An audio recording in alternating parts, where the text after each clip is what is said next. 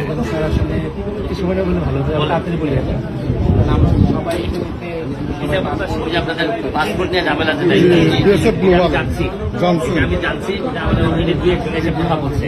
আমাকে স্যার আগে sir visa দিয়ে দিত যে সর্বোচ্চ 15 থেকে 20 কার্য দিবস পর্যন্ত তারা ডেলিভারি হতো, সেখানে এখন তারা 8 থেকে 10 মাস বেশি সময় কিছু হয়েছে।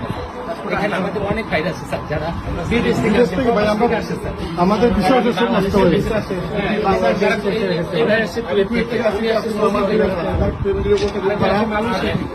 পাসপোর্ট দিতে দেরি করতেছে।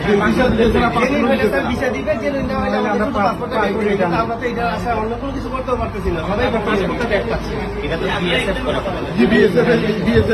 বিএসএফটা তো আমার বেশি না, মানে হচ্ছে কি যে ইতালির রাষ্ট্র এই এদেরকে নিয়োগ দিচ্ছে যেগুলাকে প্রচেষ্টা